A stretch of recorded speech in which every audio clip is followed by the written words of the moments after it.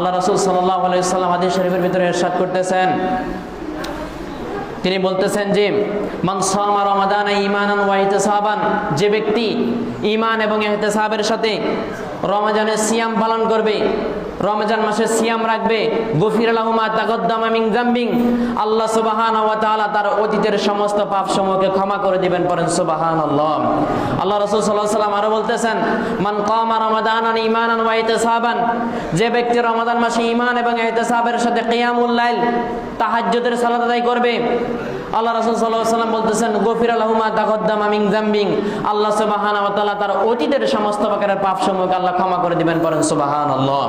এমনি ভাবে আবু হুরায়রা রাদিয়াল্লাহু তাআলা থেকে হাদিস বর্ণিত, আল্লাহ রাসূল সাল্লাল্লাহু আলাইহি ওয়াসাল্লাম ইরশাদ করতেছেন যে কোন ব্যক্তি যদি তারাবিহ সালাত আদায় করে, অর্থাৎ কিয়ামুল লাইল তারাবিহ সালাত ঈমানের সাথে সওয়াবের আশায় যদি কোনো ব্যক্তি তারাবির সালাত পাঠ করে, তারাবির সালাত আদায় করে, আল্লাহ সুবহানাহু ওয়া তাআলা তার অতীতের সমস্ত প্রকারের পাপসমূহ ক্ষমা করে দিবেন। পড়েন সুবহানাল্লাহ।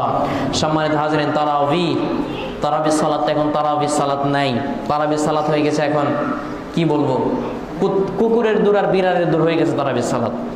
সম্মানিত হাজিরিন, সালাত পড়েন যেভাবে আল্লাহ সুবহানাহু ওয়া তাআলাকে সন্তুষ্ট করা যায়, সালাত পড়েন যেভাবে সালাত পড়লে আল্লাহ সুবহানাহু ওয়া তাআলা সন্তুষ্ট হয়। কারণ হাফেজ সাহেবদের যে তেলাওয়াত, ওই তেলাওয়াত আমার মনে হয় না যে আল্লাহ সুবহানাহু ওয়া তাআলা এই কোরআন তেলাওয়াতের মাধ্যমে সালাত গ্রহণ করবেন। আমি হাফেজ সাহেবদেরকে বিনীত অনুরোধ করব, যারা হাফেজ সাহেব রয়েছেন তারাবির সালাত পড়ান। কোন মুসল্লি যদি আপনার পিছনে ইক্তেদা না করে, কোন মুসল্লি যদি আপনার পিছনে সালাত না পড়ে, পড়বে না। আপনি যদি দ্রুত গতিতে সালাত না পড়ানোর কারণে আপনাকে তারাবিতে না রাখে, আপনি তারাবি পড়াবেন না। রমজান মাসে আপনি 13, 14, 15 সর্বোচ্চ 20,000 টাকা ইনকাম করার জন্য আল্লাহর সাথে ধোঁকাবাজি করবেন না। আপনি সালাতে দাঁড়িয়ে কে বলেছে আপনাকে যে আপনি কোরআন তেলাওয়াত করতেছেন নাকি বুলেটের গতিতে দৌড়াচ্ছেন?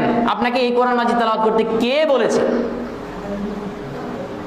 আল্লাহ রাসূল সাল্লাল্লাহু আলাইহি ওয়াসাল্লাম যখন সালাতের ভিতরে দাঁড়াতেন, তিনি বলতেন আলহামদুলিল্লাহি রাব্বিল আলামিন, সুম্মা ইয়াকিফ, এরপর তিনি থামতেন, সুম্মা ইয়াকুল, এরপর তিনি বলতেন আর রহমানির রহিম, সুম্মা ইয়াকিফ, এরপর তিনি থামতেন, এরপর তিনি বলতেন মালিকি ইয়াউমিদ্দিন। এভাবে তিনি সম্পূর্ণ সালাত শেষ করতেন। পড়েন সুবহানাল্লাহ।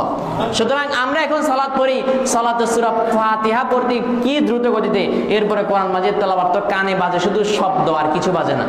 কে কোরআন তেলাওয়াত করতেছে না কি করতেছে তারাই জানে না।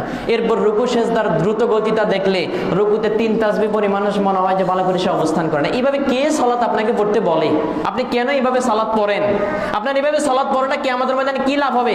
কিয়ামতের ময়দানে আল্লাহ সুবহানাহু ওয়া তাআলা কিছু সালাতকারী সালাতকে মুখের উপরে থুরে মারবেন, মুখের উপরে ঢিল মারবেন, তার সালাত কিয়ামতের ময়দানে কি হবে না?